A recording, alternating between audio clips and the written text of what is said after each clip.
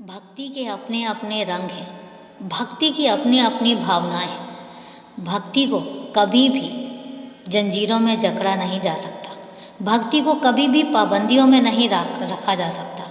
अरे भक्ति तो एक ऐसा शब्द है जो जब दिल में उतरता है तो उसकी कोई सीमा नहीं होती। सीमाओं को लांघ कर और सीमाओं से परे जाकर भक्ति की जाती है।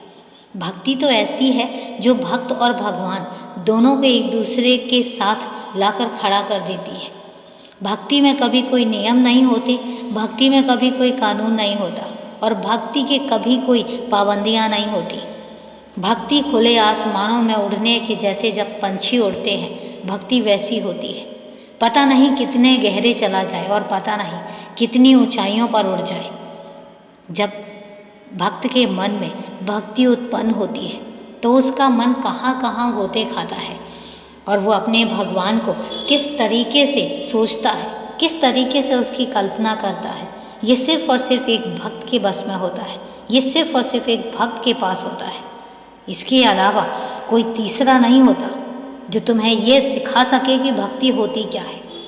भक्ति जब मन में आती है तो वो कभी किसी के कहने पर नहीं आती, वो कभी किसी के समझाने पर नहीं आती और कभी ज़बरदस्ती करने पर भी नहीं आती। तुम सोचो कि सुबह सुबह उठ के और तुम अपना बस भक्ति में लीन हो जाओ, ऐसा कई बार नहीं होता। कई बार तुम्हारा मन करता है कि तुम इसके अलावा भी कुछ और करो, नहीं मन लगता उस समय तुम्हारा, तो कोई ज़बरदस्ती नहीं है। तुम्हारा जब मन लगता है, तुम्हें जब दिल करता है कि अब तुम्हारा अपने भगवान के साथ, अपने ईश्वर के साथ जुड़ने का समय आ गया है और अब तुम आंख बंद करके सिर्फ और सिर्फ अपने ईश्वर को सोचोगे, भक्ति वहाँ से शुरू हो जाती है। इसलिए कभी अपने को पाबंदियों में मत बांधो। तुम्हें किसी भी रिश्ते में, किसी भी बंधन में मैं बंधने के लिए नहीं कहता हूँ।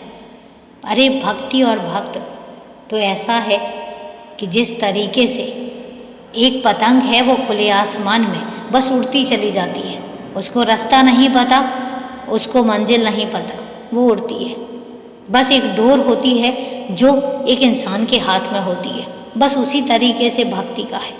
भक्ति की डोर भगवान के हाथ में है और वो इंसान सिर्फ और सिर्फ उसको उड़ने देता है और भक्ति ऐसे उड़ती है। आज तुम्हें मैं इसलिए कह रहा हूँ क्योंकि तुम्हारे मन में कई बार सवाल उठते हैं। कई बार तो मेरा पाठ भी नहीं कर पाते हो, कई बार छूट भी जाता है और उसके बाद तुम्हारे मन में ख्याल आता है कि अरे आज तो मैंने बाबा का पाठ नहीं किया, कहीं बाबा मुझसे नाराज़ तो नहीं हो जाएंगे।